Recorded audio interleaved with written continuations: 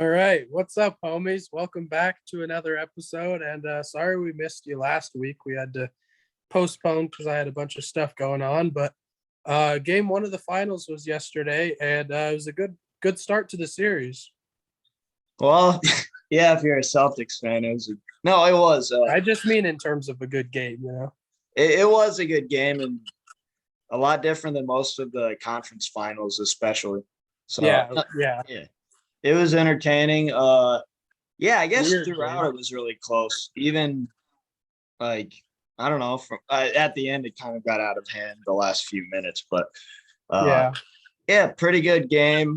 I can't say I really expected it, but well, Celtics win 120 to 108, I believe. hmm Uh, yeah, Yeah. and Warriors were up 11, I want to say, going into the fourth, and then lost by 12. So just an absolutely horrendous fourth quarter. yeah, they're up. I think it was 103 to 100, and then something like a 17-0 run where Yeah, they could 17. not score. Yeah, the Celtics, I think, went 9 for 12 from three from the 3-point line in the fourth quarter. So kind of jumped all over them. But Yeah, and I don't know the way.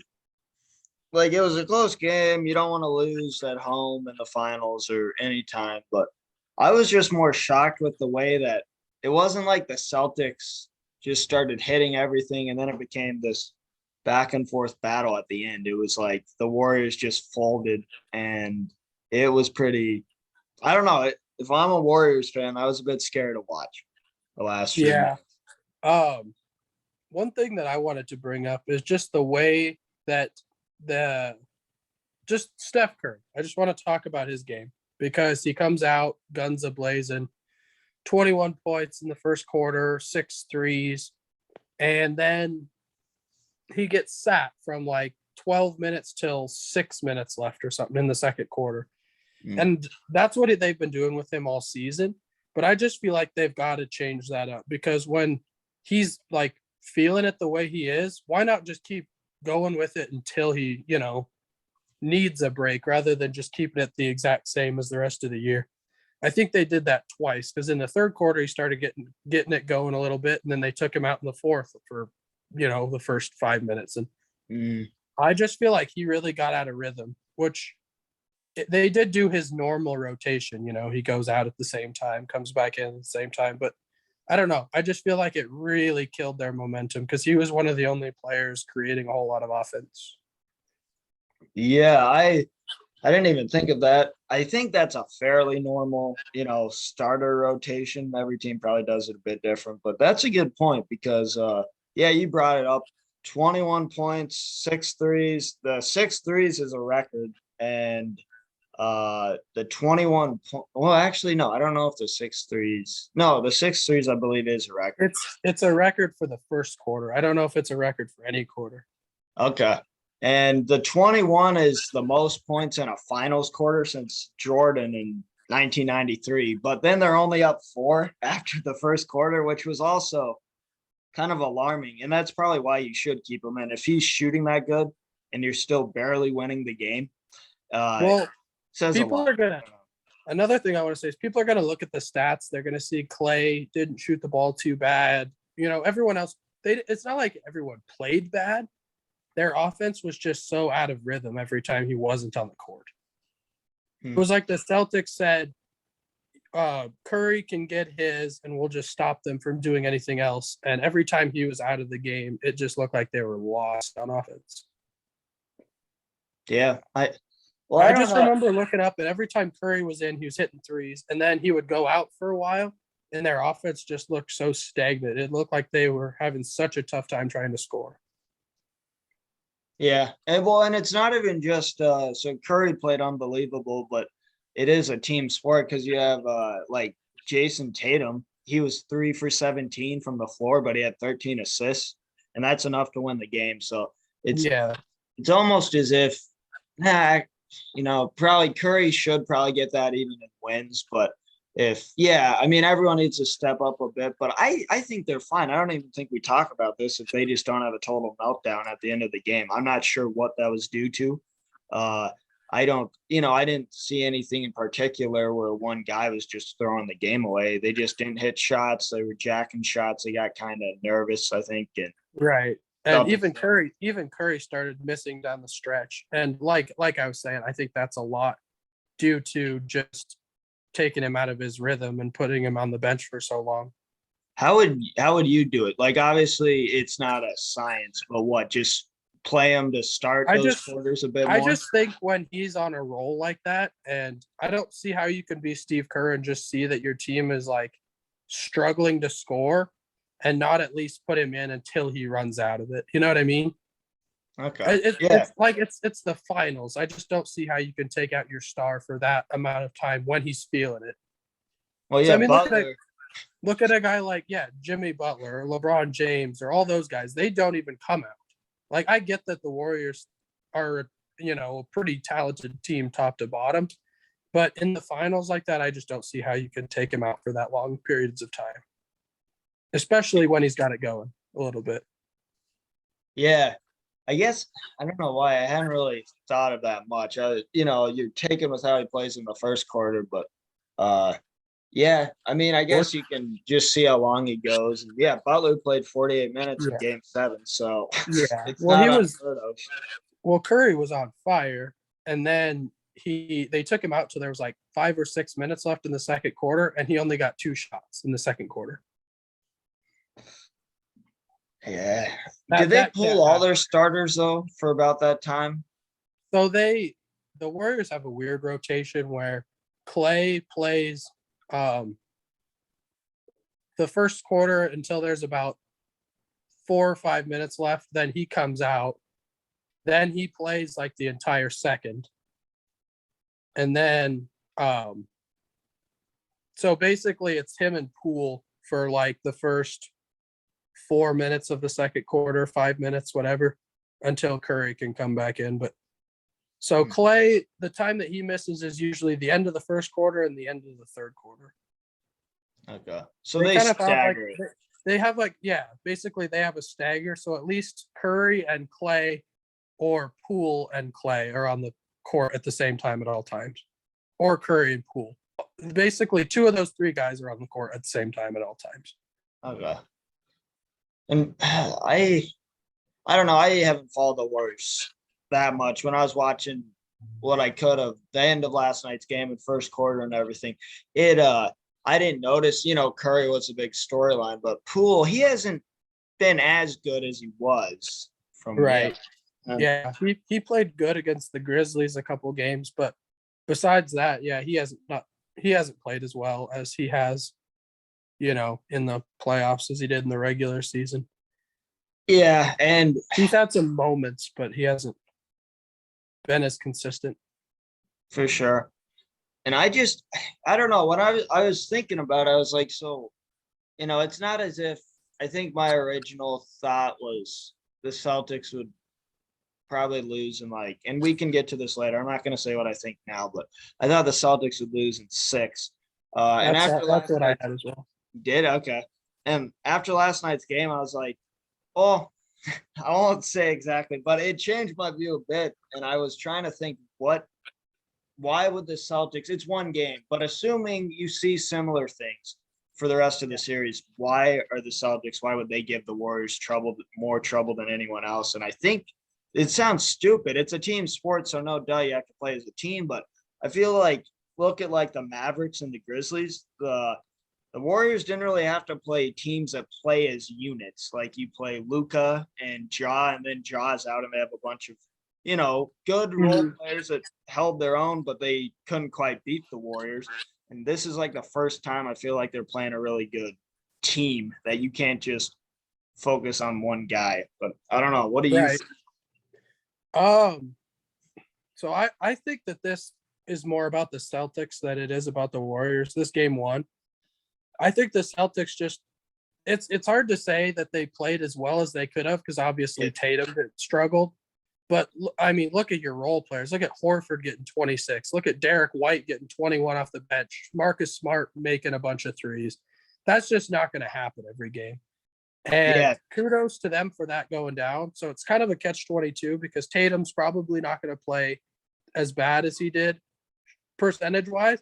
I actually didn't think Tatum played too bad. He just couldn't really get anything to fall. 13 assists. So, I mean, he still was a big factor. But, yeah, I just don't see some of those guys all playing that well the same night again. But if they do, I mean, it's going to be real. It's going to be a real challenge. Yeah, well, White hit a big three in the fourth. And also, yeah, Horford, I'm glad you brought him up because so weird from fantasy basketball a few years ago. He was on the Thunder at one point. And it was like he was at the end of his career. I thought of him as, oh, he used to be such a great player. And now he's just washed up. And then he's just been going off lately. Yeah, he had a huge game against cool. the Bucks. And, yeah. I don't know. It's kind of cool to see like a veteran step up. And this is his chance for a title, I guess. So, yeah. And last year on the Sixers, he was pretty abysmal, to be honest. So, and I don't know. Maybe I guess just the right environment, right place, you know. Yeah, going back to the same team, just a change of environment, you know. Yeah, because everyone thinks of like, oh, Tatum, he's a rising star. He could get his ring, things like that. But you know, almost a bigger storyline is a guy like him who's probably, well, the way he's playing, maybe not, but he's close to the end of his career, and then he could. It's kind of a team for me that's like hard to dislike. I obviously grew up a Lakers fan, so I've never liked the Celtics, never liked Paul Pierce, never was a big Garnett guy. Rondo, not really. So most of their team I didn't like. So I've always kind of hated the Celtics. And now it's like I look at their team and I'm like, yeah, I like Tatum. Brown's cool. Horford's, you know, I don't mind hardly any of them, but I just can't bring myself to want them to win. But it is a hard team to cheer against. Oh, yeah, exactly. The way they play together and play hard defensively, and they're not arrogant or anything. They're just, Exactly. The only reason I cheered for that old team, not because I liked Pierce or any of those guys. I didn't really dislike him at the time, but it was more I did not like the Lakers, so I actually just cheered for that group of guys. But yeah, it is true. You have, you know, Marcus Smart sometimes rubs people the wrong way, but overall, their team is pretty likable. They play defense, which is kind of cool in the NBA. One thing to, I guess, watch is I know against the Heat they had some stretches where their perimeter defense just didn't really show up. They had a couple of those in the first quarter. Tell you that. Yeah, and actually throughout a lot of the game, but could be trouble. I mean, unless it's just Curry like tonight or last night. But I don't know. You can't really do that in the finals. And like I think a guy like Clay needs to have like one of those quarters where he just goes off, because then they can't guard them both.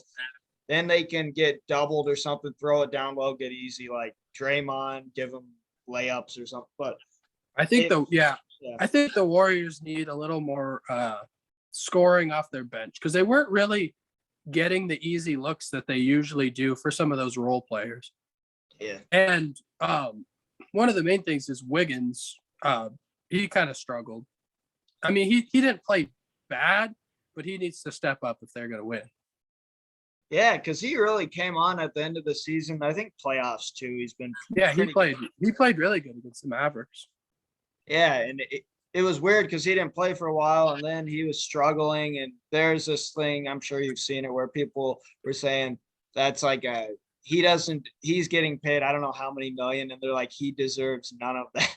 And now it's becoming like a cold take or whatever that Twitter account is. Yeah, freezing cold takes. Yep, that's it. But yeah, what do you think? What are you looking for? I guess game 2. I guess that's tomorrow. Tomorrow night. I think that a big thing to watch again is offensive rebounds. I know that the Warriors killed the Mavericks on offensive rebounding, and in game 1 they did an all right job against the Celtics. The Celtics rebounded pretty well in the game. But when they don't, the Warriors are absolutely lethal. If you're giving up offensive rebounds, because of the way they can, kick it out to shooters, and you give guys like Poole, Curry, and Thompson multiple looks on the same possession, they're going to beat you. So I think that's something to watch. for sure. Okay. Yeah, I don't probably Clay or Poole, one of those guys. Just have a hot, like, if they have a hot quarter, even 5 minutes a game, would be awesome. But something like that, I think things like that are what reminds me of the old Warriors, because they get sparked by a guy like that, and then the whole team gets going. It's their game to lose game 2. Yeah, back in the Warriors' heyday, I mean, they were scary to play because you could be just cruising along just fine right there with them, and then bam, 5-minute stretch and you're down 20. Yeah, well, and that even happened during this year at times, but that's why I was so shocked at the end of the game. I think the announcers thought that too, like with 2 or 3 minutes left, just the way they were playing, the game was over. But just knowing the Warriors, I think the announcers didn't even say that until under like 30 seconds when the game had been over a while. But I didn't see that at the fourth quarter last night. But I don't know if they've ever been a clutch team, if I'm being honest. Like the Warriors just historically, I don't know. Yeah. I don't think. Who was their closer when they were clutch historically was Durant. Yeah, so, exactly. He had that one shot. He had quite a few big shots. He had the 2 years in a row. I think game 5, he had both little pull-ups where he just dribbled up, to that left wing and pulled up and just drilled it with a minute left and just kind of ended things. But I don't know. Yeah, Curry's never, I don't want to say never, but it's usually the games where they're up 8-10 and he'll make a couple threes that kind of end it. But when it's like right in the thick of it, yeah, he's, not delivered quite a few times. Yeah, it's weird to think about. He's like a great player. I don't want to act like he hasn't made some big shots. I look at the Pelicans, a couple of years ago, he had a 3 in the corner to tie it with like 3 seconds left. Against the Thunder, obviously, you remember that shot. It's not like he hasn't made shots before, but it does seem like he's always on the big stage because they make the finals every year, and he has had some times where he has not delivered in the last couple minutes. So for such a star, I think he has more of those moments, and maybe it's just outweighed in my mind. I have like a few moments I can think of when they lost to the Cavs. I remember him at the end of that game shooting 3 after 3, missing most of them. And against the Raptors, he had the look to tie it late in the finals. That was a pretty big miss. And I don't even see that as a knock on him. It's just more, there's some guys that I feel like he shows up most games.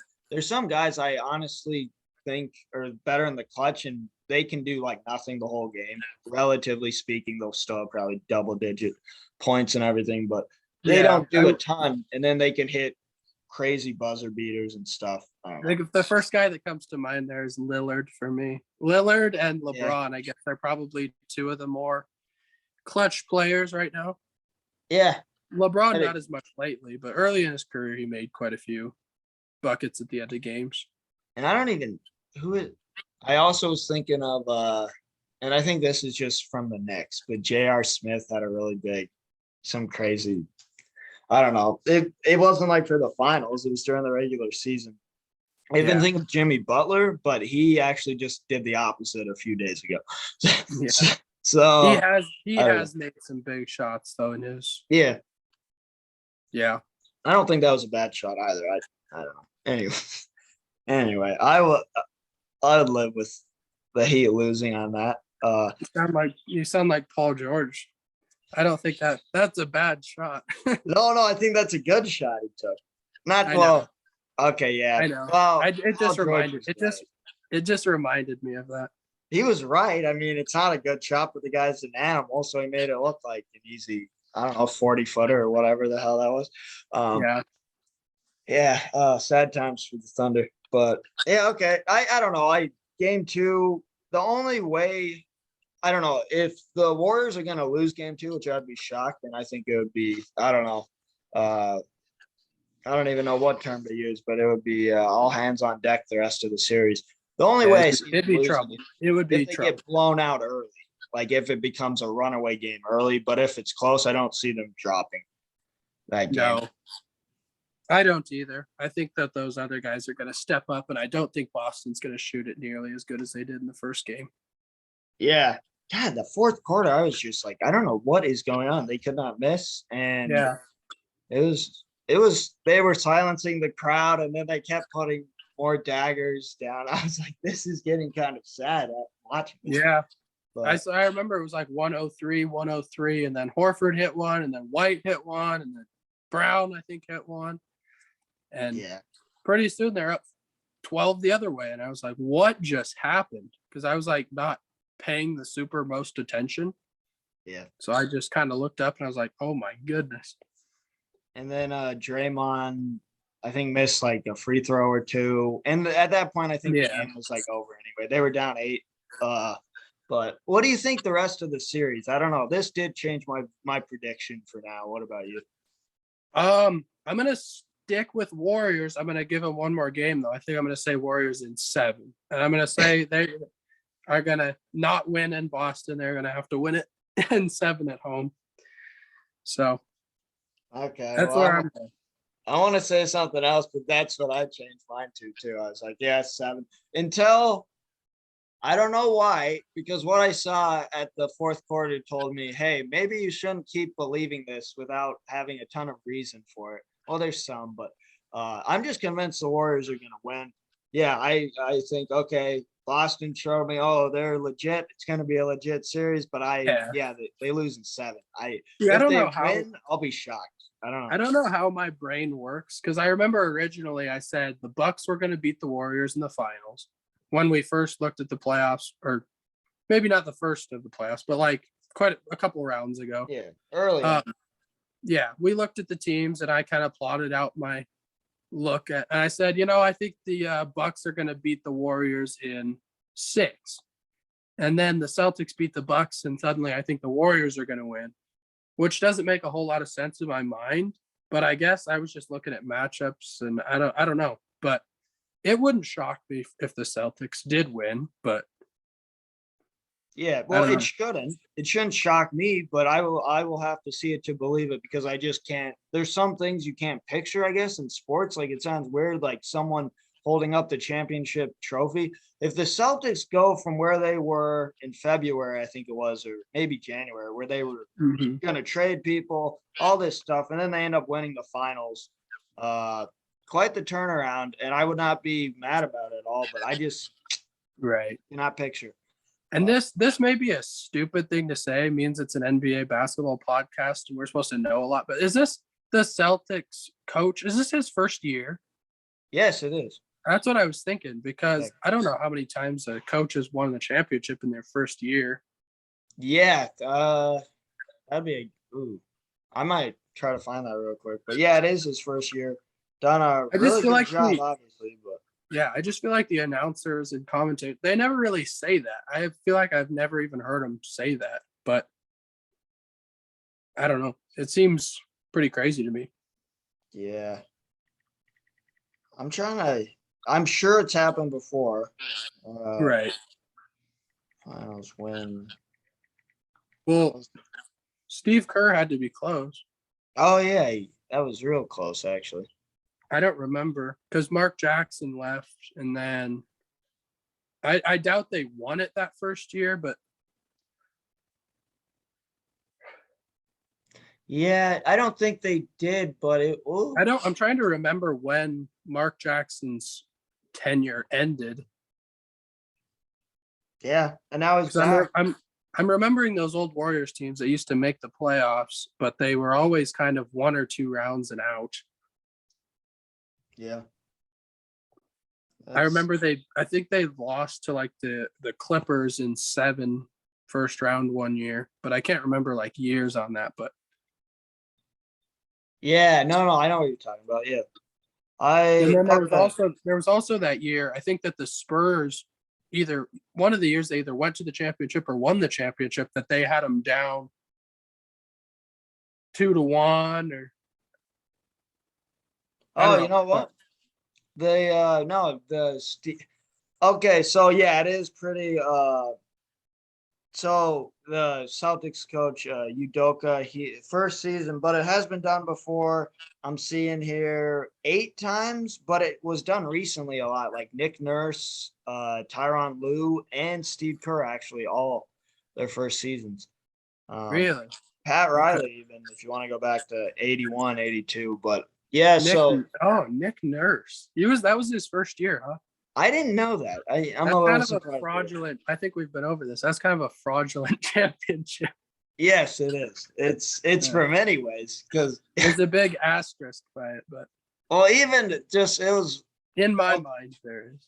these things are very transactional. You bring players in to win titles, but like that situation was one of the worst examples because it was like, okay, I did it. Yep, I'm leaving now. There was no Yeah. extension. That's why they got him. Oh, we trade Sure. a guy who's been here his whole career for a title. Yeah. Well, that's not even what I'm talking about. I'm just talking about the fact that the Warriors were so evidently much better than them if they had their guys, which injuries happen, but my goodness. Would that have been a three-peat? Yeah. Yeah. Okay. See that, and that's where you go. Okay, you're playing long seasons every year for the past 2 years. I'm not a doctor, but I'm guessing injuries probably more prevalent in that situation as their whole team got Yep. injured. But yeah, you'd be in good company for sure. It has been done. It looks like it'd be the 9th. So yeah. No, that is. I'm glad you brought that up. They don't mention that, but yeah, I don't know. There's I don't know. Wait, the Arizona lost another guy. Yep. Terry went to the draft. They still think we're going to be better in Miami in some preseason rankings, which I find everyone who has us ranked, I find that like a joke because I feel like they didn't ever watch the team. I'm not saying we're bad, but you I can't rank see a you team with guys. those guys. I could see you guys having not as high level as Gonzaga, but kind of one of those teams where it seems like they kind of lose everyone. And then you're like, oh, they won't be that good next year. But then they bring in a couple guys, and pretty soon it's just like, oh, yeah, they're still a top team. I could see that happening with Arizona this year. Yeah, it is a Gonzaga model because it's getting all these international players and you can reload good and some guys stick around unlike past Arizona teams where everyone left. But Yeah. I don't know. I think it's like 2 years ago where we had Matherin and Koloko was a sophomore, Matherin and Tabelis were freshmen. I think it's like that type of team where we probably need a year, which is kind of tough when we just had a year where oh God. Yeah, we had a good chance there, but yeah, they blew it. But not an easy thing to do when you've never been to the tournament. No, I'm pretty excited about Miami. Isaiah Wong announced he's going to come back. So he is. Yeah. So we should be pretty darn good. Yeah. What did you make of his bribery? Not bribery, but like saying, hey, I want more NIL money. I absolutely hated that, to be honest with you. I kind of, at that point, was just hoping he would leave. But it came out a little bit more that wasn't really coming from him. It was kind of his. So he had like I don't want to say an agent because I don't think you're supposed to have an agent yet. But he had some guy that was advising him that was trying to just get him as much money as he can. And I think that, there's a lot of greedy people out there.